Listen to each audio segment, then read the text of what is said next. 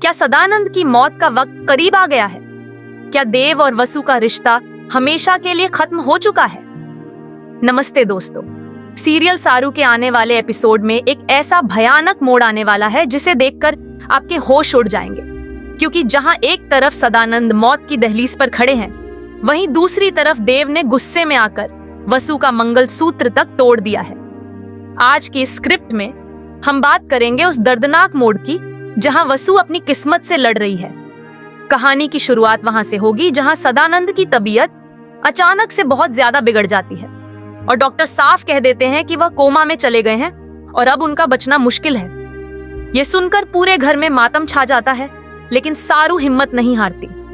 सारू सीधे वेद के पास जाती है और कहती है कि वेद साहब, मुझे आपकी बहुत बड़ी मदद चाहिए, क्योंकि घर का कोई भी सदस्य मुझे दादू साहब के पास नहीं जाने दे रहा है। सारू वेद से गिड़गिड़ाकर कहती है कि आपको मुझे कैसे भी करके दादू साहब तक पहुंचाना होगा, क्योंकि मैं उन्हें उस चमत्कारी मंदिर ले जाना चाहती हूँ जहां से कोई खाली हाथ नहीं लौट। सारू का विश्वास है कि अगर दादू साहब के ठीक होने की रत्ती भर भी गुंजाइश है तो वह सिर्फ उस मंदिर में है। दूसरी तरफ देव और वसु के बीच सब कुछ खत्म होता नजर आ रहा है। अवि की चालाकी और झूठ की वजह से वसु ने अनजाने में डिवोर्स पेपर्स पर साइन कर दिए हैं। जब देव को यह पता चलता है तो उसका गुस्सा 7वें आसमान पर पहुंच जाता है। देव को लगता है कि वसु ने उसे धोखा दिया है और वह गुस्से में आकर वसु के गले से मंगलसूत्र खींचकर तोड़ देता है। वसुधा रोती हुई जमीन पर गिरे मंगलसूत्र के मोतियों को इकट्ठा करती है और कहती है कि देव, आपने यह क्या किया?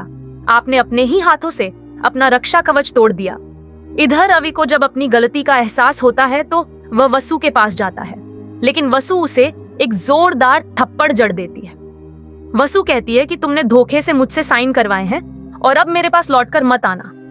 अवि माफी मांगता है, लेकिन वसुधा उसे धक्के देकर घर से निकाल देती है। आने वाले एपिसोड में देखना दिलचस्प होगा कि क्या सारू दादू साहब को बचा पाएगी और क्या देव को वसु की मासूमियत का पता चलेगा। दोस्तों, अगर आपको यह वीडियो पसंद आई हो तो हमारे चैनल को जरूर सब्सक्राइब करें और इस वीडियो को लाइक करें और कमेंट में बताएं कि क्या देव को वसुधा को माफ कर देना चाहिए या नहीं, और ऐसे ही अपडेट्स के लिए हमारे साथ बने रहें। धन्यवाद। देव गुस्से में वहां से चला जाता है, लेकिन वसुधा वहीं जमीन पर बैठकर बिखरे हुए मोतियों को अपने आंचल में समेटती है और उसकी आंखों से आंसू रुकने का नाम नहीं ले रहे हैं। वसु को लगता है कि उसकी दुनिया उजड़ गई है, पर उसके अंदर का विश्वास अभी मरा नहीं है। वहीं दूसरी तरफ अस्पताल में मौन छाया हुआ है, जहां वेद चोरी छुपे सारू को सदानंद के कमरे तक पहुंचाने की कोशिश करता है। घर वाले और दुश्मन चाहते हैं कि सदानंद कभी होश में ना आए ताकि जायदाद और घर पर कब्जा किया जा सके, पर सारू एक ढाल बनकर खड़ी हो जाती है। सारू सदानंद के कान में धीरे से कहती है कि दादू साहब, आपको उठना ही होगा। आपके बिना वसु बिखर जाएगी और यह घर टूट जाएगा। अगली सुबह हम देखेंगे कि सारू और वेद मिलकर सदानंद को उस चमत्कारी मंदिर ले जाने का प्लान बनाते हैं, लेकिन रास्ते में उनका पीछा कुछ गुंडे करते हैं जिन्हें अवि ने भेजा होता है ताकि सदानंद मंदिर तक न पहुंच सके।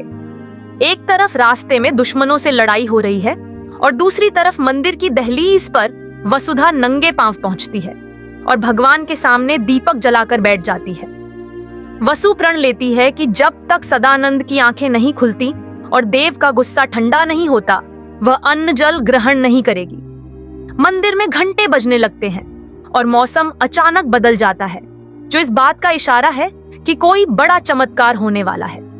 वेद और सारू गुंडों को मात देकर सदानंद को मंदिर के आंगन में ले आते हैं, जहां वसु पहले से प्रार्थना कर रही होती है।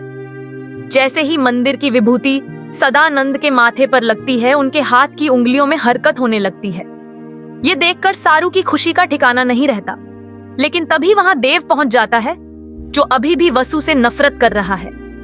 देव चिल्लाकर कहता है कि यह सब बंद करो, तुम लोग पिताजी की तबीयत के साथ खेल रहे हो।